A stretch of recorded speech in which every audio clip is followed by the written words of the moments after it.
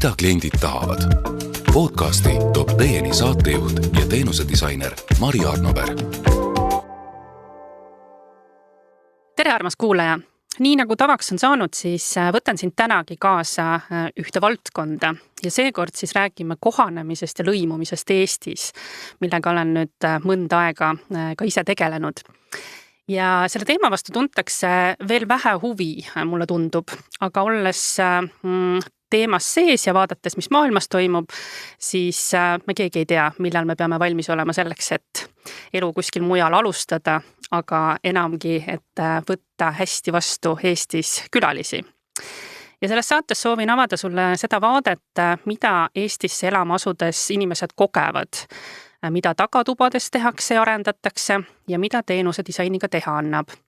Räägime nagu ikka inimkeeles ja kõigile arusaadavalt. Ja mul on väga hea meel tutvustada sulle oma tiimi. Katre Mägi, Eesti linnade ja valdade lõimumisvaldkonna nõunik.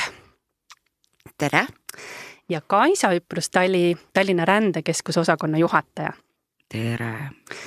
Tere! Et meid ühendab siis see, et me tegelikult oleme Eesti linnade valdade liidus, ajame ühte asja ja mis mulle eriti sümpatiseeris, et me leppisime algusest peale kokku, et me ei tee seda projekti mitte ainult linnukese pärast, vaid me tahame midagi päriselt ära teha. Ja annan kuulajale veel selle tausta ka, et oleme siis seotud Euroopa Sotsiaalfondi projektiga kohalike omavalitsuste toetamine lõimumise, sealhulgas kohanemise teenuste pakkumisel.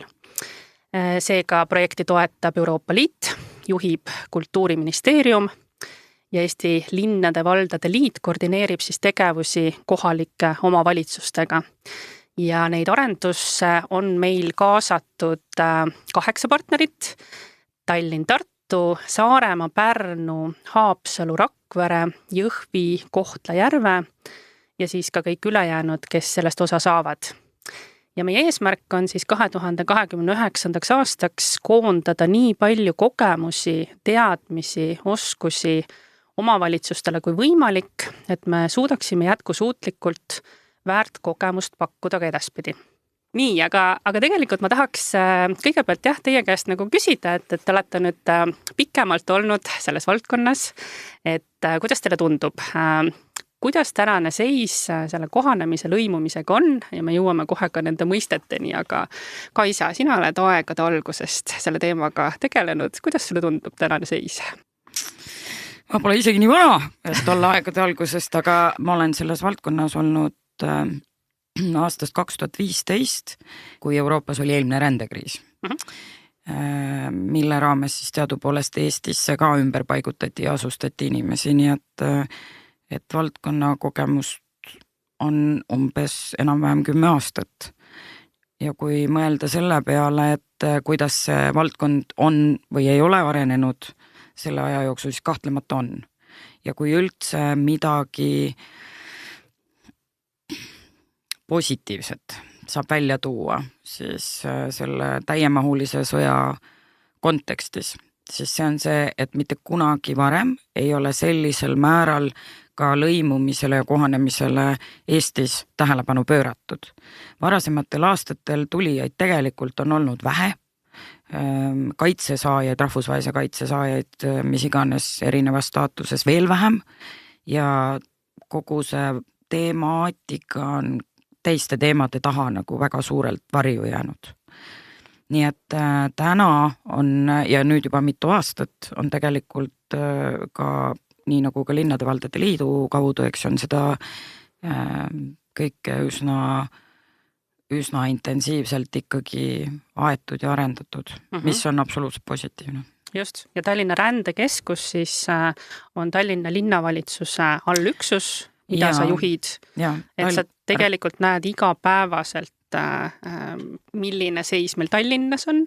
Tallinna Rändekeskuse tõesti Tallinna linnavalitsus asutas aastal 2022, kui päris täpne olles 28. märts. Ja just ennekõike alustuseks seetõttu, et Tallinnasse saabuvate Ukraina põgenike vool oli väga suur ja inimestega tegelikult oli ikkagi vaja tegeleda. Ja samamoodi, sa kui sul tulevad inimesed, kes on kodust minema jooksnud kilekott näpus, siis üks moodus töötada tõesti on see, et sa lihtsalt ka pakud inimestele sõbralikku nägu, aga sa pead tegelikult ka selle sõbraliku näo taga ja kõige taga, mida sa inimestele toetuseks pakud, on võrdlemisi keeruline ja bürokraatlik süsteem ja seda süsteemi tuleb ka tunda selleks, et teha ja toetada inimesi professionaalselt. Just, selleni me jõuame. Aga Katre, sina liitusid täpselt 2 aastat tagasi. Minul on täna tähtpäev. Palju õnne! Mina olen selles valdkonnas nüüd olnud tööl täpselt 2 aastat ja 4 kuud. Ja kui ma oma taustast räägin, siis ega ma võin öelda, et ma olen sotsiaalvaldkonna mammut. Ma olen pea 30 aastat töötanud ja arendanud sotsiaalvaldkonda Kesk-Eestis väikses omavalitsuses Amblas. Kui toimus omavalitsuste ühendamine, siis ühinesid 7 Järvamaa omavalitsust ja siis ma asusin juhtima sotsiaalosakonda.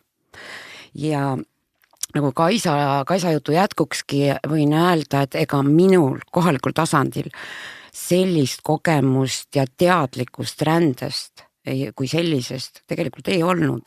Ja see ka sai mulle selgeks 22 aastal, kui puhkes Ukraina sõda.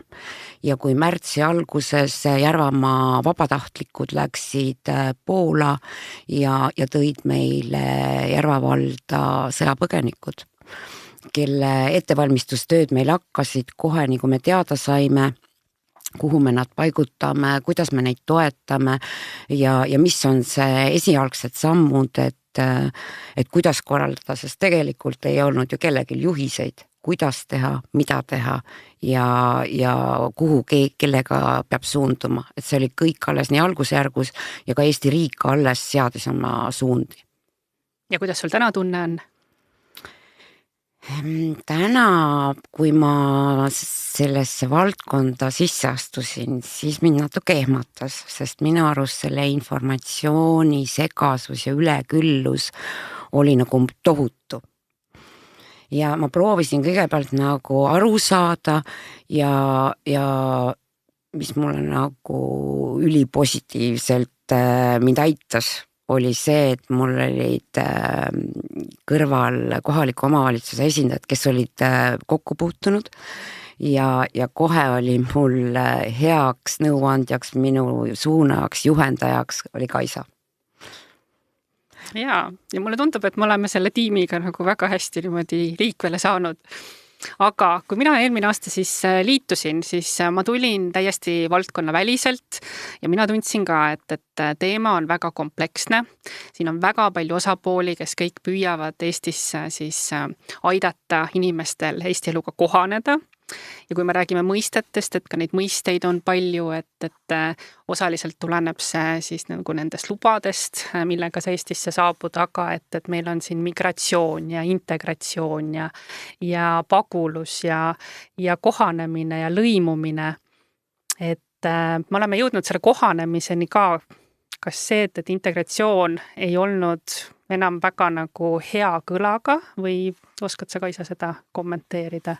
Ja integratsioon ei olegi kohanemine või siis vastupidi võttes kohanemine on eelduseks integratsioonile ja kui integratsiooni sõna hästi ei meeldi, siis võib alati kasutada sõna lõimumine. Aga eks kohanemine on see, et ma kohanen mingisuguse riigi või olukorraga minugi poolest, aga antud kontekstis mingisuguses riigis või omavalitsuses toimuvate reeglite ja süsteemidega. Kui ma seda ei tee, istun isolatsioonis oma korteris, räägin ainult võib-olla oma enda kogukonnaga, välja uksest ei astu väga paljudel erinevatel põhjustel, mille me kahtlemata jõuame siin, siis ütleme siis integratsioonist võib siis edasi ainult unistada. Ja ennekõike võiksime meie sellest unistada, et inimesed, kes siia tulevad mujalt, siin ka tegelikult lõimuvad. Sellepärast, et siis alles nad muutuvad meie kogukonna osaks ja osaks ütleme meie igapäevast, meie töökohtadest, ma ei tea, lapsed, lasteaias ja nii edasi, mis omakorda Nüüd ma tahaksin öelda ka, et integratsioon ei ole miski, mis juhtub siin aasta, 2 või 3, mõnikord võtab see aeg aastakümneid.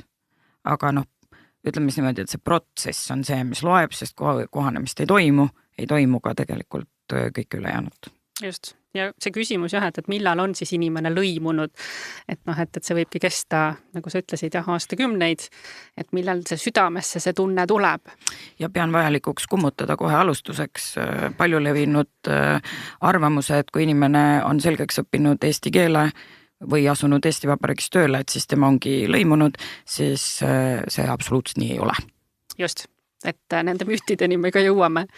Ja meil on siis olnud niimoodi silme ees, et me vaatame neid sihtrühmasid selliselt, et meil on siis inimesed, kes on vähem kui 5 aastat siin olnud. Ehk sisserändajad.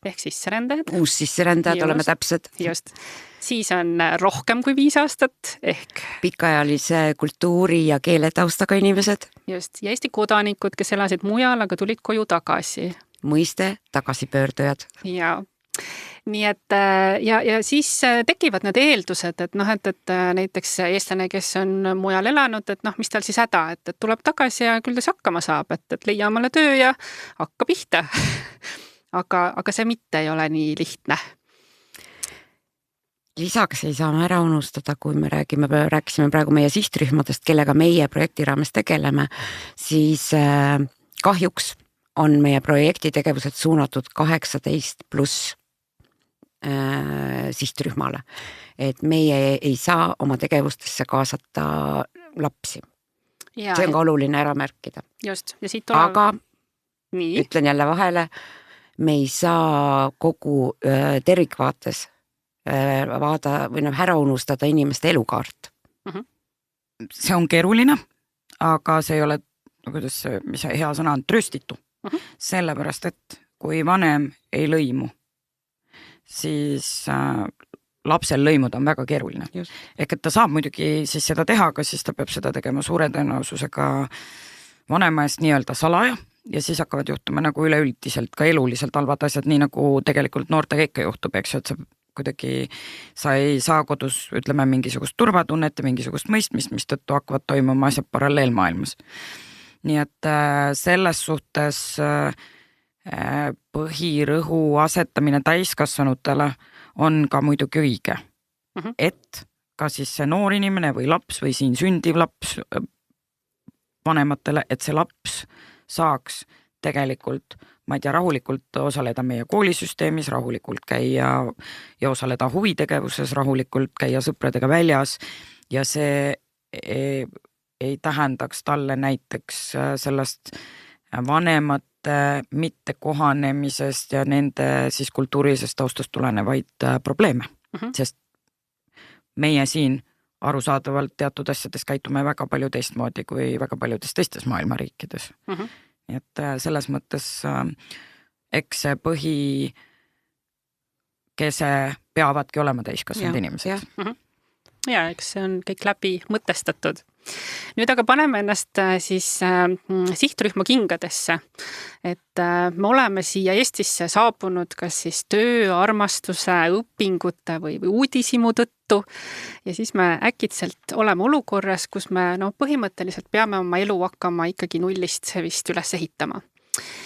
Ja mis meid siis ees ootab, et mida meie sihtrühmad meile ka teada on andnud, et tegelikult sellega 10 aasta jooksul on tehtud väga palju uuringuid ja meie siis eelmisel aastal tegime 2-3 suuremat uuringut, kus meile siis andsid üle 1000 inimese tagasisidet, et kuidas nad siin tunnevad ennast. Ja siinkohal tahame neid kõiki inimesi tänada, et nad võtsid tegelikult nagu tõesti kas 3/4 tundi, tund oma elust ja andsid väga põhjalikku tagasisidet. Ja mis me siis teada saime ja keda me võib-olla siis kõige vähem seni nagu tundsime. Kas tahate kommenteerida, et No ma võin kohe kohaliku omavalitsuse pika töökogemuse põhjal ja siis selle uuringu tagasiside põhjal öelda, et tegelikult oli see sihtgrupp, kellelt me saime väärtuslikku sisendit tagasipöörduja. sest ta on tegelikult kohaliku omavalitsuse jaoks ikkagi suht-koht kauge. Teda võetakse kui Eesti inimest, kes on Eestis elanud, kes on siia küll tagasi tulnud, aga võetakse nagu loomulikult, et ta peaks teadma, mis meil siin Eestis toimub ja kuidas meil asjad käivad. Tegelikult on uuringu tulemusest selgus hoopis midagi muud. Ja, et nüüd olenebki, et kui kaua nad on ära olnud ja kui hästi nad Eesti siis süsteemi tunnevad. Kust sina siis pihta hakkad ja ka näiteks keelekasutus, et kui ollakse olnud ära pikemalt, et kas ikkagi see kõnekeel on nii igapäevane või tuleb tegelikult minna keelekursustele? Ilmselgelt keel muutub. Kui sa oled 20 aastat Eestist ära, siis keel või siis Tallinn või siis need, ma ei tea, äpid ja kõik see majandus ilmselgelt nõuab uuesti kohanemist. Lihtsalt kuidagi haakida ennast Katre poolt öeldu külge ka. Üks asi on see, mille pärast tagasi tullakse, on ju? Sest neid tagasi pöördumise põhjuseid on ka väga palju erinevaid.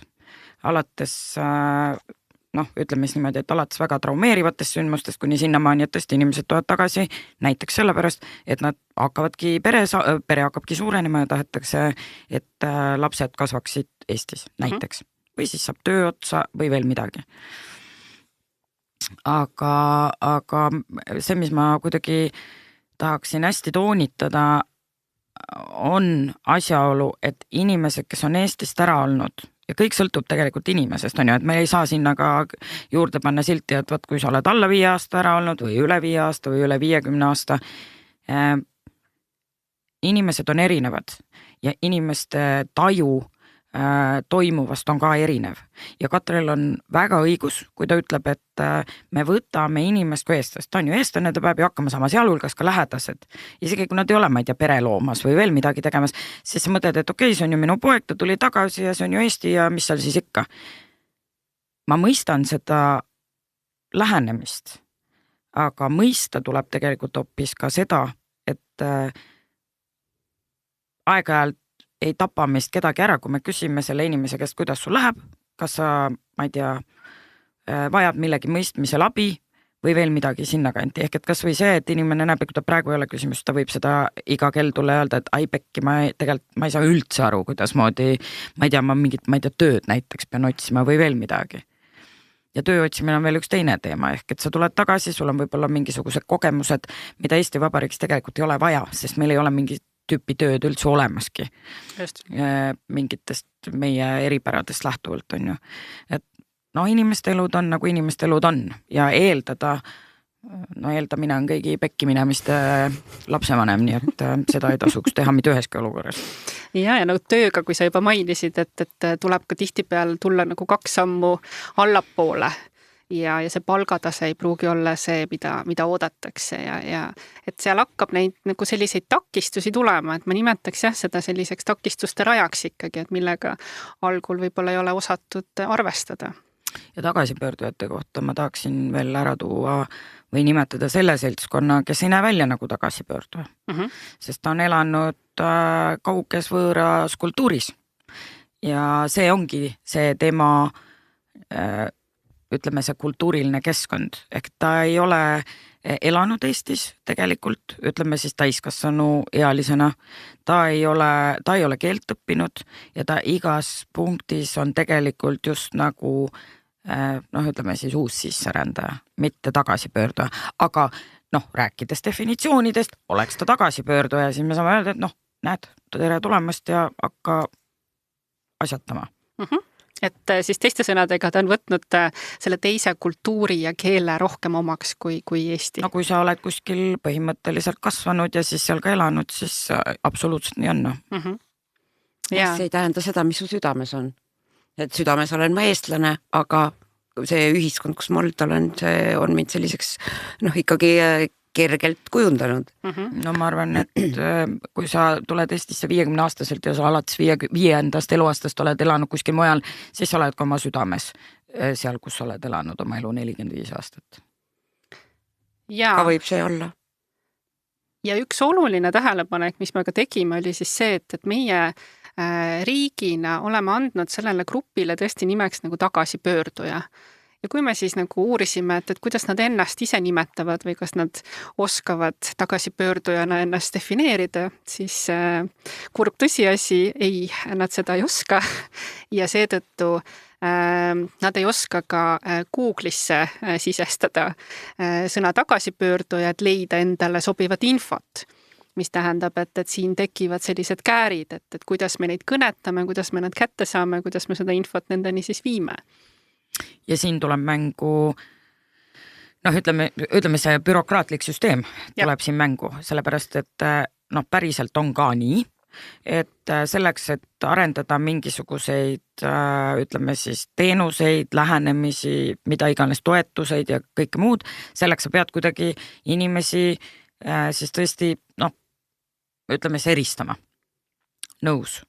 Aga lihtsalt, kui mina olen eestlane, siis ma olen eestlane. Ma lähen elan 7 aastat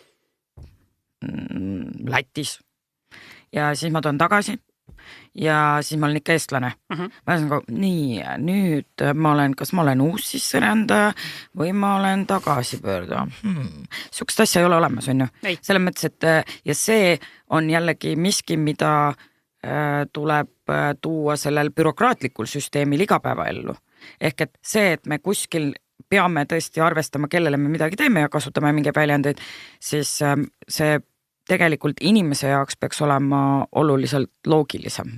Just, et asjad on lihtsalt leitavad ja mugavalt kasutatavad ja selle nimel me töötame ja inimkeeles arusaadavad. Jaa, aga kui me nüüd võtame need uussisserändajad, et neid oli meil ka uuringutes palju ja neid on ka siiamaani teie ukse taga ja COVID-e juures palju, et mis me nendest teame ja teada saime? Võib-olla COVID-e jaoks see uussisserändaja mõiste ikkagi läks suuremalt kõlama just peale Ukraina sõda. Sest tõesti nii, nagu Kaisa siin alguses ka ütles, et on olnud rännet ju ka varem Eestisse, aga seda ei ole nagu selliselt teavitatud iseenda jaoks oma tööd tehes kohalikus omavalitsuses, et sellele peaks nagu suuremat rõhku pöörama. Aga just selle sõja puhkemisega ja põgenike saabumisega pidid olema kõik omavalitsused valmis.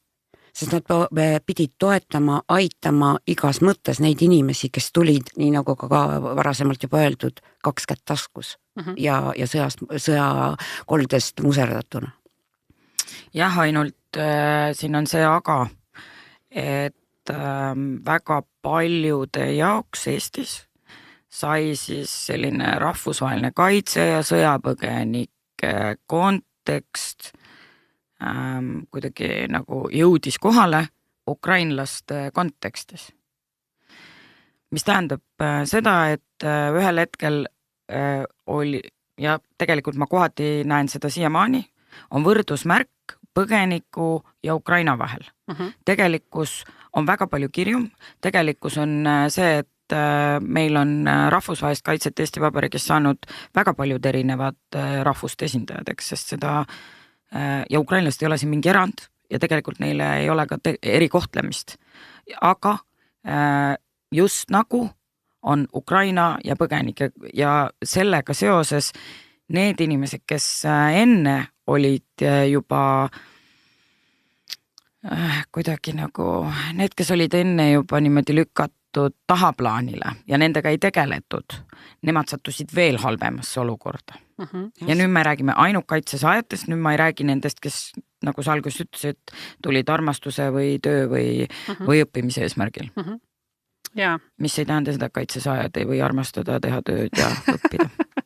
Ja me püüdsimegi ju tegelikult nende elukaart nendest nagu paremini aru saada, et kuidas nemad siis oma elu siin näevad ja võib-olla sellist positiivset, et mida nad välja tõid, et top 3 oli siis, mis neile meeldib Eestis, loodus, rahuvaikus, turvalisus. Need on kõik need asjad, mida me isegi hindame.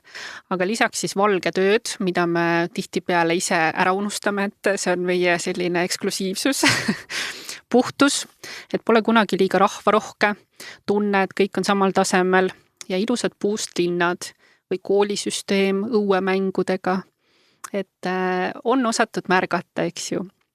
aga siis, mis ei meeldi, top 3, taaskord ilm, mis on eestlastega ilmselt sarnane. Oleks arvanud küll.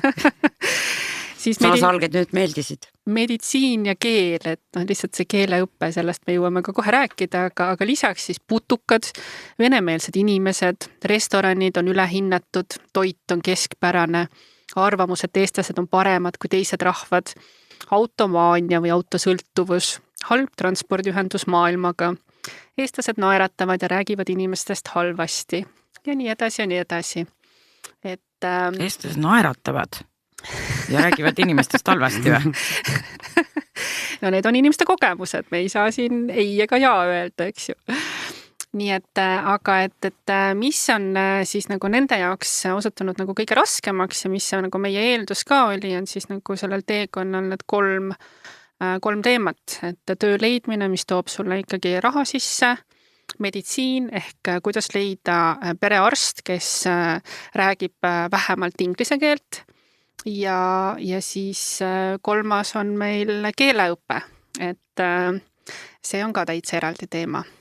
Siinkohal juttaks, need on meie kõigi sellised ühised soovid ju ka, et ma tahan ise hakkama saada, et ma ei taha kellegist sõltuda ja see ongi nagu mõistetav, et ma tahan tööle saada. Mul on käed-jalad terved ja ma tahan tööd teha ja see sellepärast ka sealt välja nagu tõstetuski see tööle saamine ja see murekoht. Ja mulle tundub, et me nagu järgnevatel aastatel peaksime ka piirkondlikult rohkem nagu tähelepanu pöörama, et kes on need spetsialistid, et neil on kõigil mingid diplomid või mingid oskused kaasas. Et kuidas neid nagu paremini siis kogukonnas... No kõigil ei ole. No kõigil ei ole, absoluutselt. Jah, seda küll, aga et need, kellel on, et kuidas neid siis võimalikult hästi ka Eestis rakendada. Oled sa päri? Järgmine kord, kui ma maailma loon, siis kindlasti saab see olema täiuslikum, aga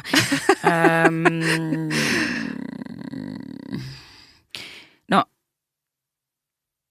inimesed ju ise ütlevad, et keeleoskus tõstab ja ma siin tsiteerin viimati kuuldud väljendit, tõsi tõlkides ta eesti keelde, eesti keele oskus tõstab dramaatiliselt võimet või võimalusi tööturul hakkama saada ja ütleme siis saada ka töökohti, mis on ütleme, ei ole võib-olla koristaja töökoht või veel midagi. Sest kuidagi ma kuulan siin meid ja ma tahaks ikkagi kuulajale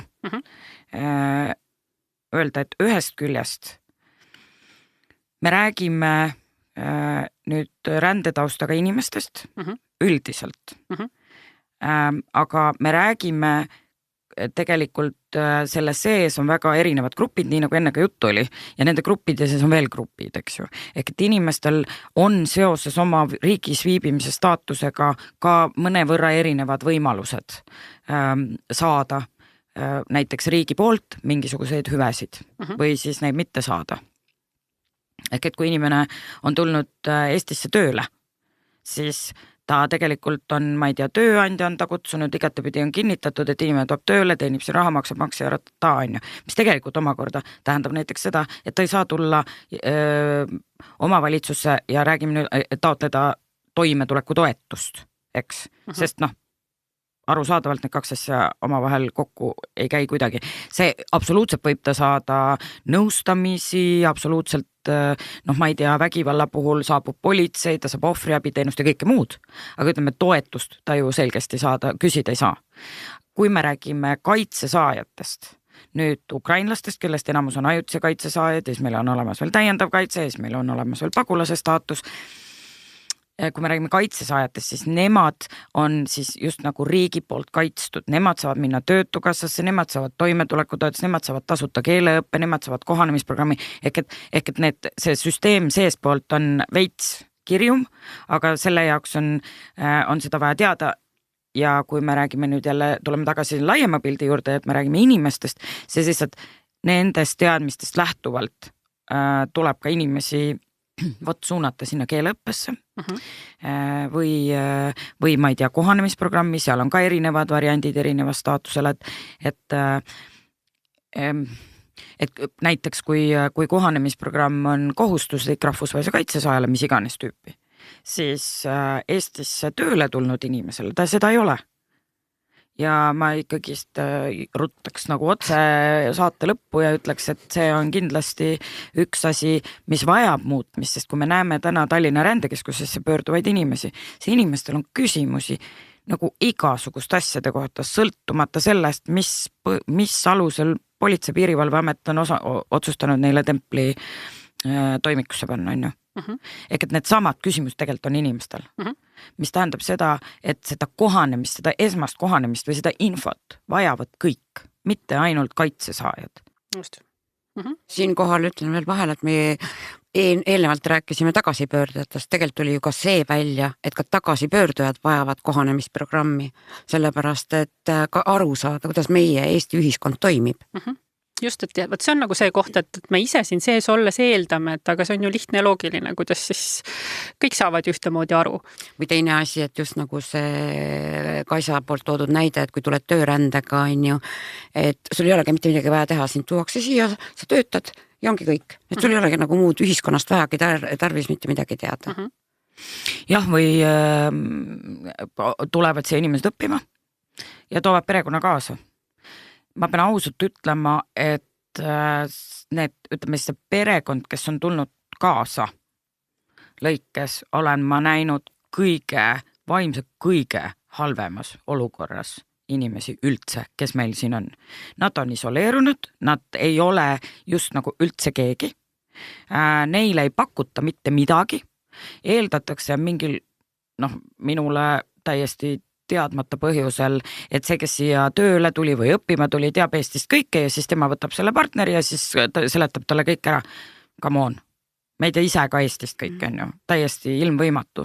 Nii et sellist mingisugust eeldustest me juba rääkisime, jälle pekkis. No siin me jõudsime tegelikult ju kõik koos juba ka ühe kitsaskoha, nii et me kõik eeldame, et kõik, kes meile tulevad, me rühmitame nad ära ja siis me ei vaata nagu tervet pilti, kes on siin kohal, et kuidas see rühmitus, eraldi rühmitatud inimesed kõik siin hakkama saavad. Just, ma tahaks veel tulla selle keeleõppe juurde tagasi, et ka uuringust nad ju ikkagi tagantjärgi vaadates ütlevad, et see keeleõppe oleks mind aidanud siin Eestis kohaneda. Ära räägi mulle keeleõppest. Päris. Miks, Katre? No, minu jaoks on mõistetamatu, et me sildistame inimesed mingite gruppide järgi ja anname neile keeleõpet.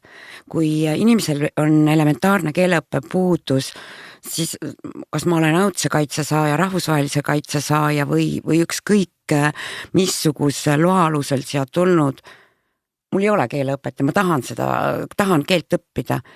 Ja siis selle grupitäituvused ja see digitaliseerimine, et kõik saame ainult veebis ja me saame hakkama, me ei saa hakkama.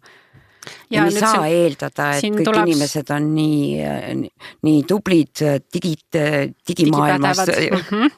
Et isegi registreerimine kursusele võib osutuda takistuseks ja me oleme näinud, kuidas inimesed tulevad kohalikku omavalitsusse, et aidake mind selles. Just. Aga millele Katre siin viitas ja kuulajale lihtsalt taustaks, et kursustele registreerumine on siis seotud nende toetusrahadega, et me oleme Euroopa tekitanud ise nagu sellised sisesed grupid, mitte me ei ole siis vaadanud kui inimesi, kes tahavad näiteks algtasemel A1 keeleõpeteks.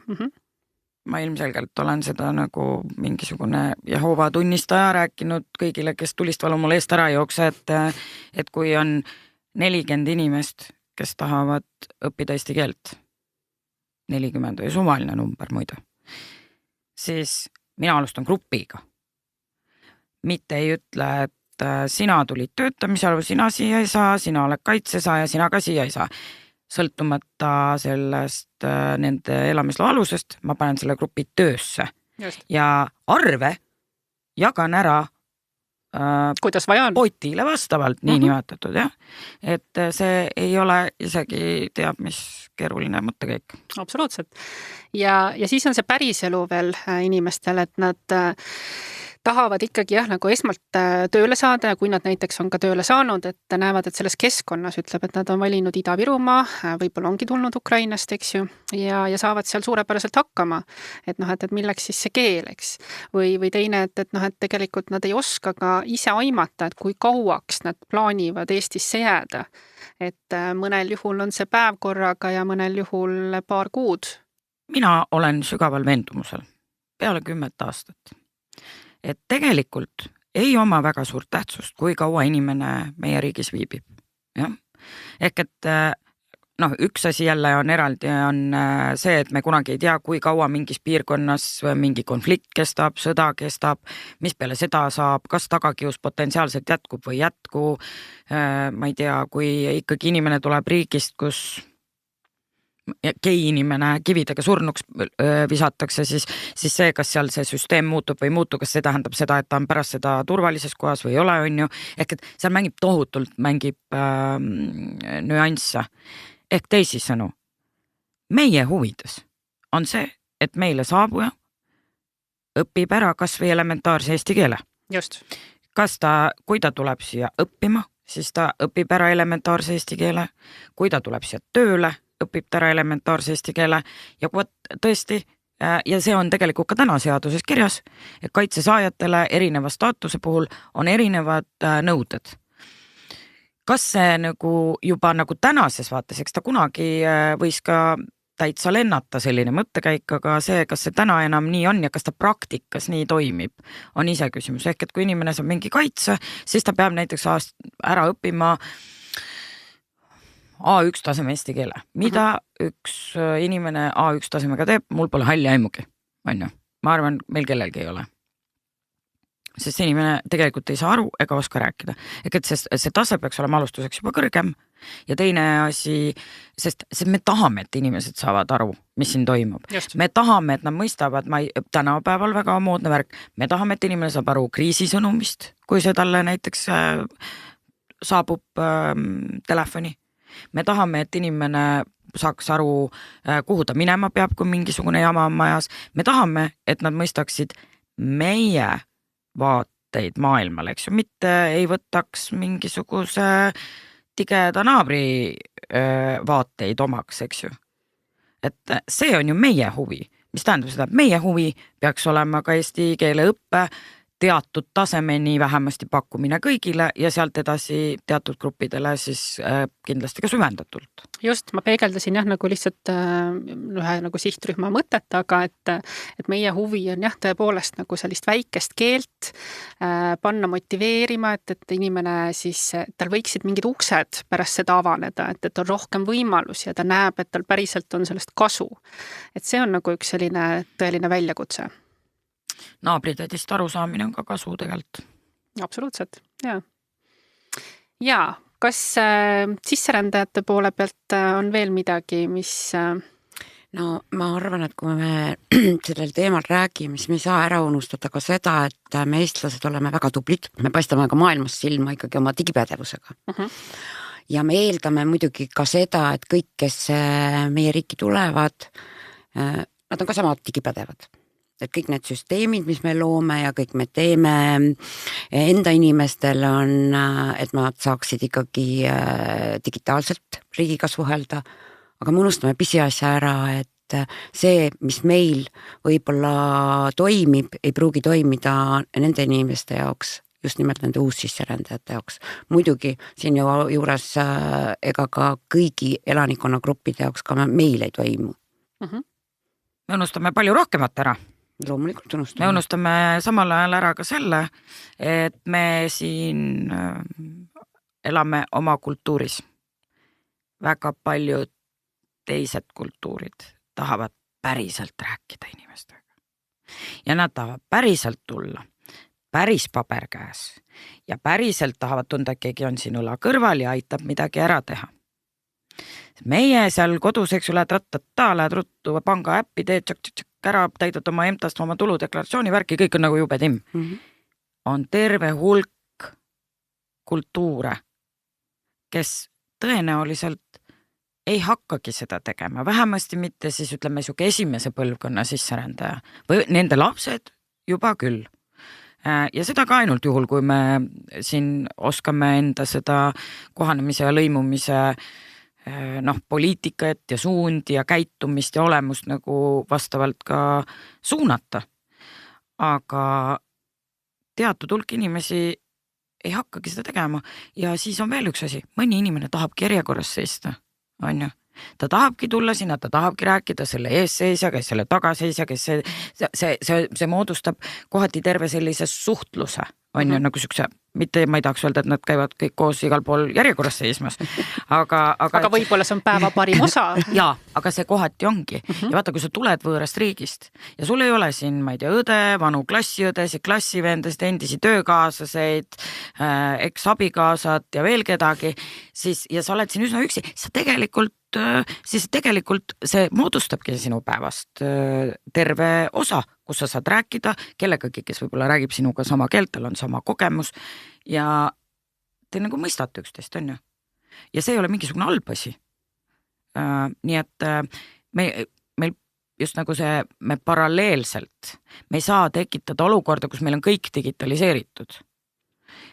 Seda esiteks, et me peame tegema ikkagi mõtlema ja ausalt see ei puuduta rännet. Me peame nagu kõigi Eesti inimeste vaates mõtlema selle peale, et meil on ühte tüüpi inimesed ja siis meil on teist tüüpi inimesed. Just, see inimlikkus. Just, ja see inimene seal sees loeb nagu, ma saan aru, et on jumala moodne teha mingisugune tohutult äge, ma ei tea, äpp on ju. Ja kaotame ära paberi. Just. Ja kõik oleks nagu justkui väga hästi. Just. No minu arust teie kaks olete ka mõlemad äärmiselt suure suhtlemisringiga tuttavatega inimesed, kes ei ole ainult digimaailmas, ei taha olla, kes tahavadki just seda silmside kontakti ja rääkida. Ja tegelikult ju see ongi nii, ma ise olen ju samasugune ja minu jaoks on nagu peale seda koroonat, mis tuligi meile tegelikult kaasa, et inimesed ongi kuidagi nagu eraldunud üksteisest. Meie eestlased tüpaažilt oleme ka ikkagi natukene niimoodi elame üksteisest, tahame ikka mingit pikivahet saada ja see on kuidagi nagu suurenenud peale just seda koroona suurt pandeemiat. Väga palju. Et noh, ja tegelikult meie ühiskond peegeldab seda ka täna erinevate vaimsete teenuste ja probleemide pärast ja noh, kõik see siin juures, kas rändetaust või oled sa Eesti inimene, see peaks me ühiskonnana mõtlema, et me peaksime ikkagi rohkem suhtlemisvõimalusi looma silmside abil, mitte digitaalsete vahendite abil. Ma ei tea, millest te räägite. Mina olen palju rohkem inimeseks saanud peale koroonat ja ekraani taga istumist. Mulle meeldivad nagu kontaktsed koosviibimised palju rohkem kui varem. Nii tore jah, et sa ka ei saa siia. Aga kuulajale ma võib-olla tahaks seda veel südamele panna, et uuringust tuli välja väga palju seda, et meie külalised Eestis, isegi kui nad on keeleõppe mingil tasemel läbi teinud, siis nad kurdavad, et me eestlastena või kohalikena ei ole valmis nendega keelt praktiseerima. Et kas me siis saame nüüd füüsiliselt kokku, aga et kui sisserändajad või tagasipöördujad, kes on natuke keelt unustanud, et me ei läheks kohe siis vene või inglise või mis iganes keele peale üle. Et me oleksime kannatlikud ja annaksime neile selle võimaluse meiega suhelda eesti keeles. Toon kohe väga halva näite iseenda koha pealt. See oli ikka mingi 2-3-4 aastat tagasi. Ida-Virumaal ma läksin apteeki sõbraga koos ja ma läksin ostma mingisugust salvi. Mis te arvate, mis keeles ma küsisin? Sest ma läksin sinna, ütlesin tere, mulle vastati здравствуйте. Ja ma läksin kohe üle vene keelele. Sõber küsib mu käest, miks ta ka vene keeles räägid? Sa oled Eestimaal. Räägi eesti keeles. Ma ütlesin, no kuidas, et aga ma olen ju siin, et siin räägitakse. Ja peale seda ma hakkasin nagu mõtlema, et tõesti, Katre, miks sa rääkisid vene keeles? Ja tõesti, Katre. Ja, aga ma arvan, see on meie enda kasvatamise küsimus tegelikult. Sellepärast, et ühest küljest vaata, ma arvan, et eestlasena, võib-olla mul on mingis kontekstis lihtsam vaata minna inglise keele peale üle, mingis kontekstis võib-olla on lihtsam vene keele peale minna, sest ma räägin neid mõlemaid. Ja minu asi on ennast kasvatada. Seepärast, et ja küsimus ei ole selles, see ei ole ka nagu, no et see, mis su sõber sulle ütles, on ju, seda annab öelda nagu väga mitme intonatsiooniga. Nagu see soomlaste no nii, on ju, et see no nii või no nii. Kõik jutud saavad aetud. Ja kõik on öeldud. Et mitte selles mõttes, et sa oled Eestimaal, miks sa ta ka vene keeles räägid, vaid selles mõttes, et kui me oleme Eestis, inimesed tegelikult, ka see sama uuring näitas seda, et inimesed tegelikult tahavad õppida eesti keelt. Mine õpi mingi keel selgeks, ilma et sa saad praktikat. See, et ma arvan, et enamus meist tulevad veel ka suurtes piirides mingist sellest ajastust, kus me istusime koolis, õppisime nädalas, ma ei tea, 3 tundi inglise keelt, lõpetasime kooli ära, saime eksami hindele 5, mitte silpigi inglise keelt rääkida oska, on ju. Nii, aga no eksam tehtud ja näed inglise keel 5 ja kõik on hästi, on ju. Ehk et niimoodi keelt selgeks ei saa. Ja tegelikult, et Eesti ja siin tegelikult, et olla ka lõpuni kuidagi õiglane, riigi poolt võib tulla nii palju eesti keele kursusi kui tahes. Kui inimene seda praktiseerida kuskil ei saa, siis on raha tuulda. Ehk et meie asi on ennast kasvatada. Okei, Kaisa. Esiteks, ma oma arust räägin jälle aeglaselt, on ju eestlane, nagu ikka selgub, et eesti keelt kõik välismaalased ütlevad, et te räägite nii kiiresti. Selgub, me räägime kiiresti. Ehk et minu asi on ennast kasvatada, rääkida aeglasemalt, rääkida ikkagi inimesega ja mitte jonnist, vaid lihtsalt sellepärast, et ta kuuleks seda keelt, et ta oleks selle sees, et tal oleks võimalik vastata selles keeles valesti, õigesti, mis on vahet on. Inimene praktiseerib küll lõpuks ka õigesti välja, tuleb seda teha ei saa, siis ei tule see mitte kunagi välja.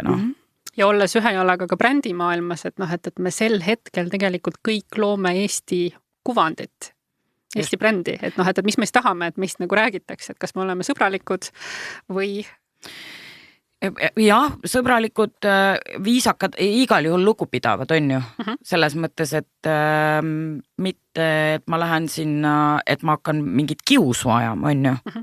Kiusu ajamise, sest me loomulikult ei räägi, aga siis saab ka öelda, et ma räägin suga ainult eesti keeles nagu.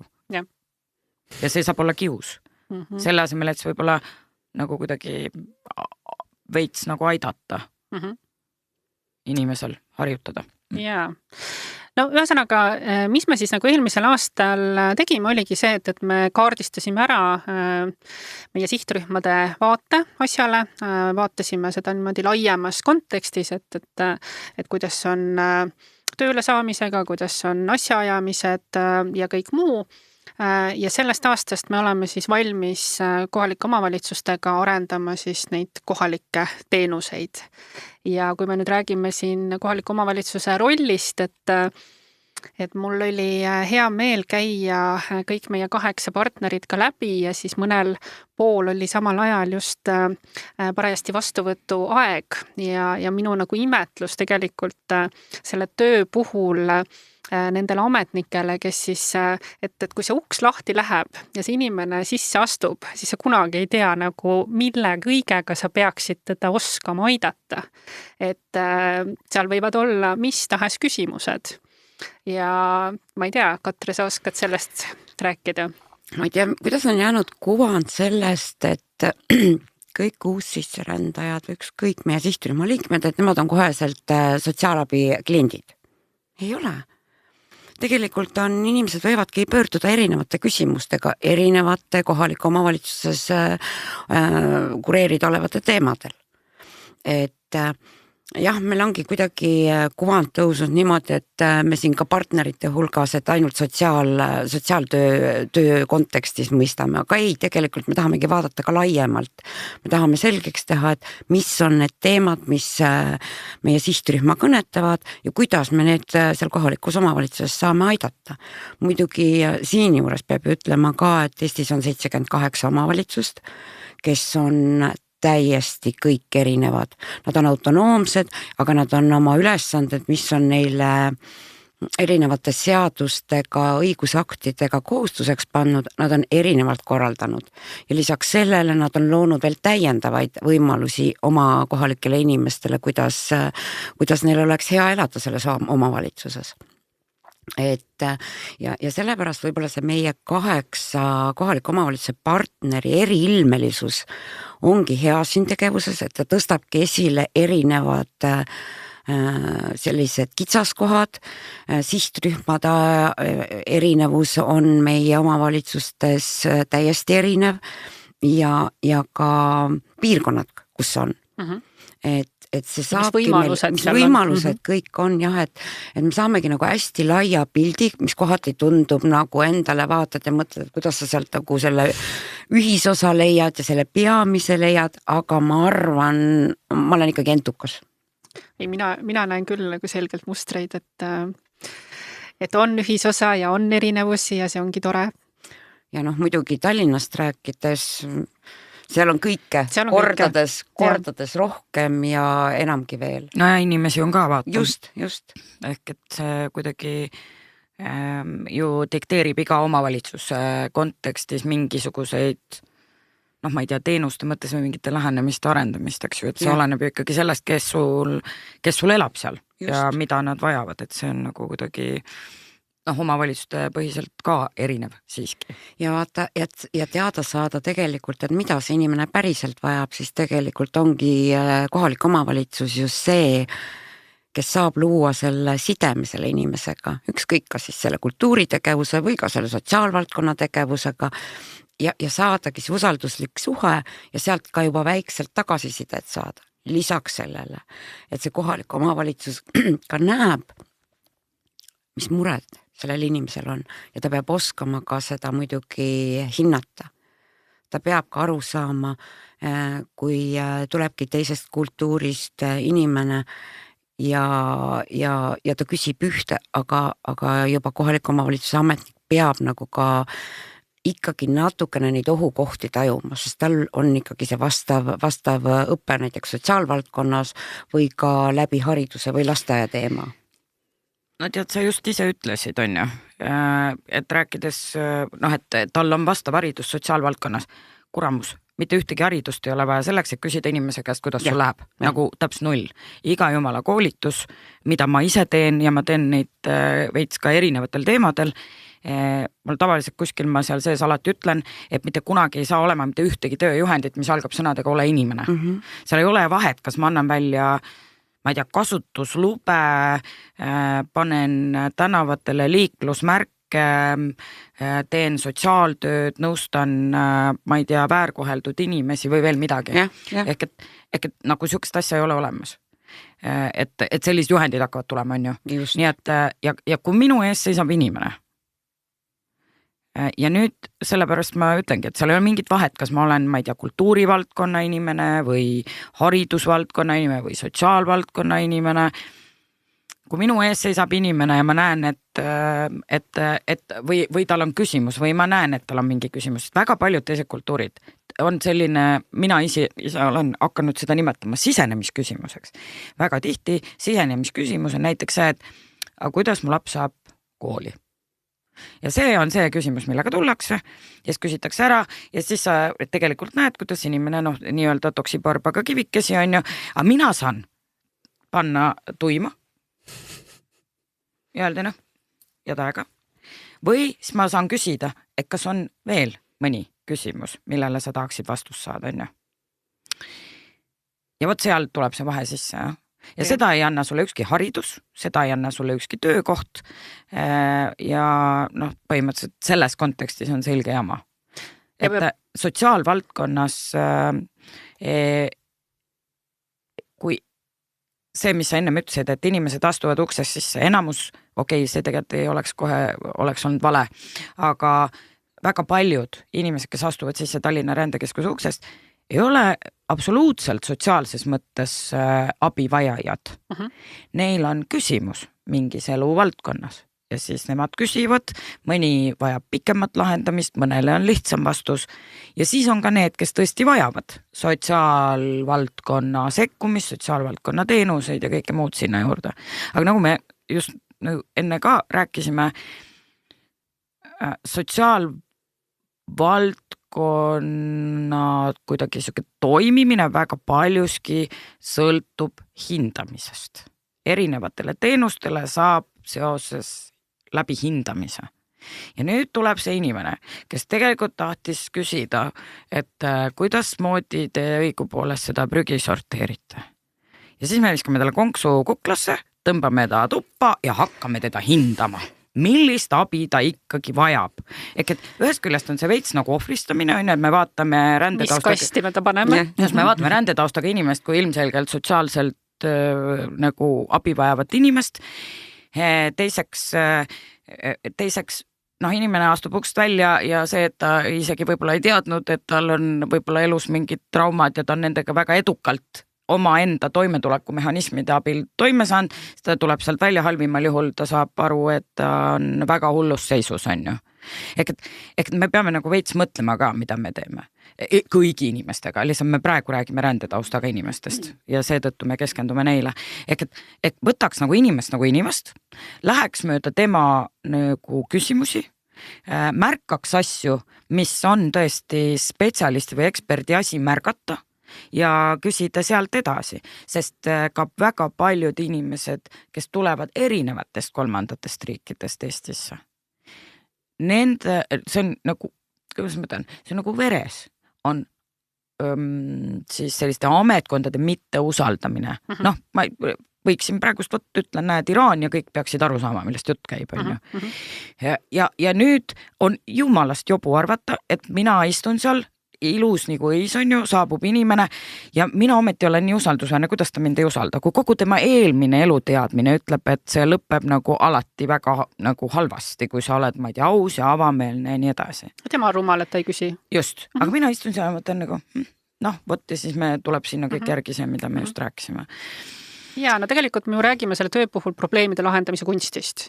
Ja nüüd on nagu see, et kui palju on meil nagu siis omavalitsuses seda kompetentsi, et tegelikult empaatiliselt kuulata, küsida õigeid küsimusi, sest see küsimus, millega ta pöördub, ei pruugi olla ka see, mis on nagu see tegelik abivajamise koht. Et ta võib näiteks töötuna soovida seda töötutoetust, aga et kas ta võiks näiteks oma restorani avada või ettevõtjaks hakata või noh, et näha laiemalt oma võimalusi, eks ju. Me peame nagu pikemas perspektiivis õppima ka selgeks selle, et see inimene, kellega ma töötan, ma pean mõistma tema tausta, eks ju. Nii nagu ka kõigi eestlaste puhul, nii ma pean mõistma ka välismaalt saabunud inimese sellist umbmäärastki päritolu ja tema potentsiaalselt, kuidas tema, millisest keskkonnast tema tulnud on ju. Ehk et, ja kui me tegelikult suudaksime niimoodi töötada, siis me tegelikult absoluutselt ei peaks selliseid saateid tegema, ma arvan.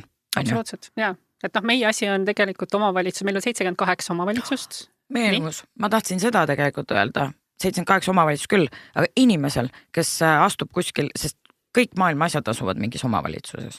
Politsei asub omavalitsuses, sotsiaalkindlustusamet asub omavalitsuses, kõigil on mingisugune suunakood ja see suunakood tavaliselt viitab Tallinna linnale, Tartule, Pärnule, Albule ja nii edasi. Et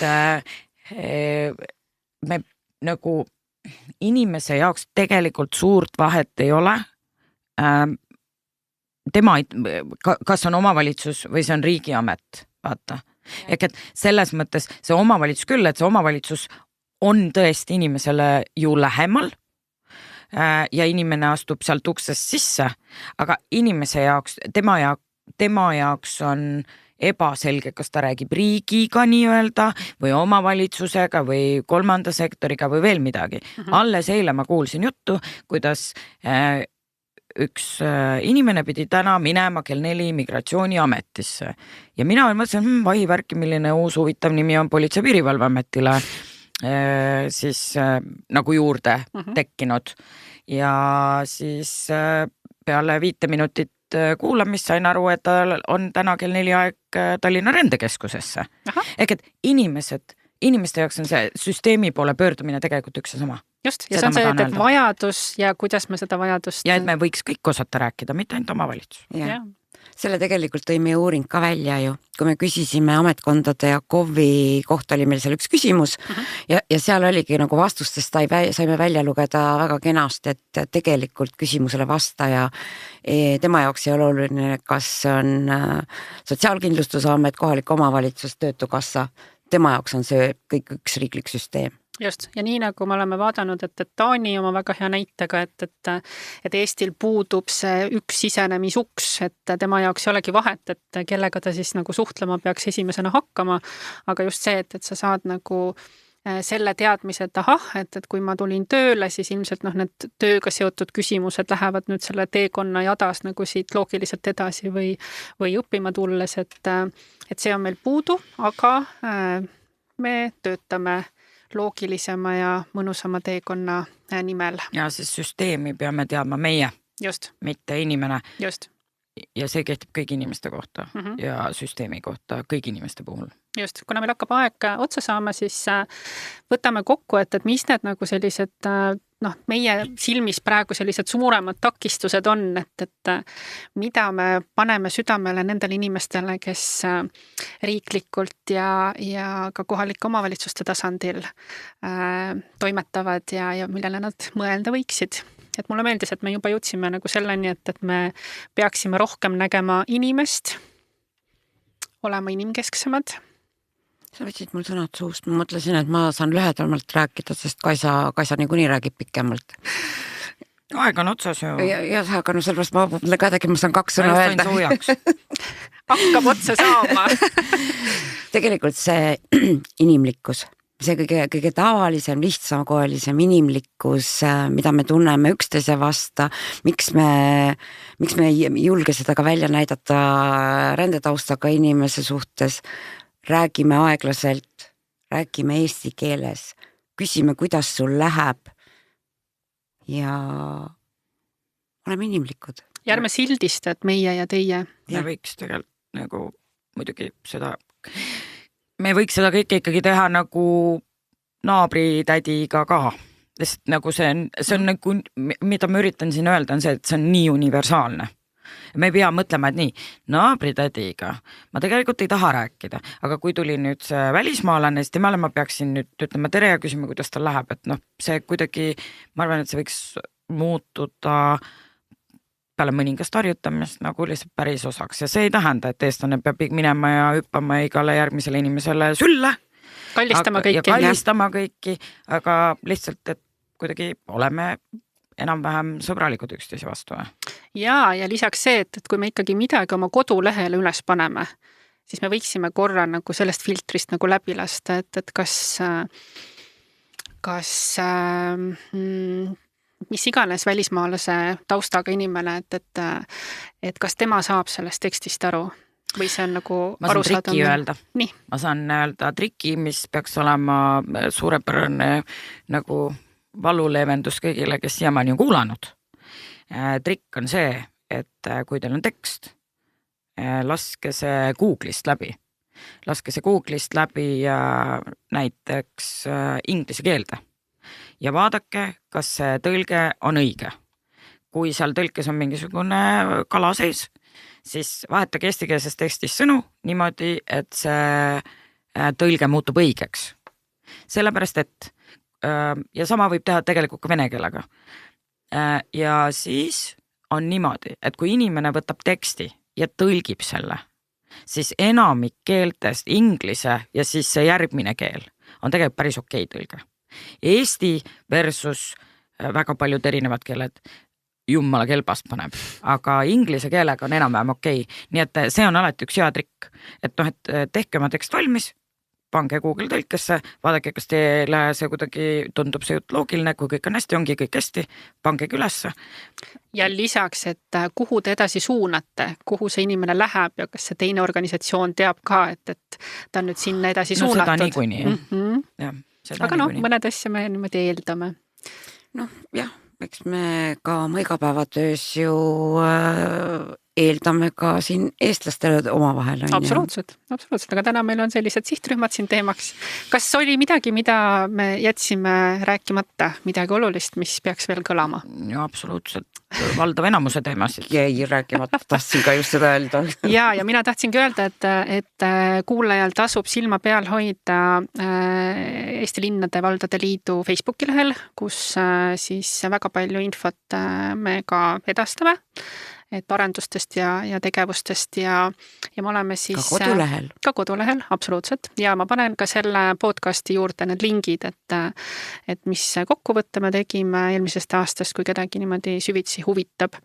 Ja siis ka see, et me oleme nüüd nende sihtrühmadega jõudnud persoonade tasandile.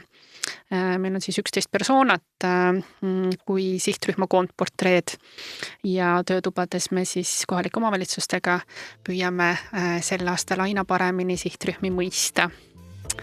Nii et mina tänan. Soovin kõigile ilusat saabuvat kevadet ja ärge unustage teenuste pakkumisel siis inimlikkust. Kuulmiseni!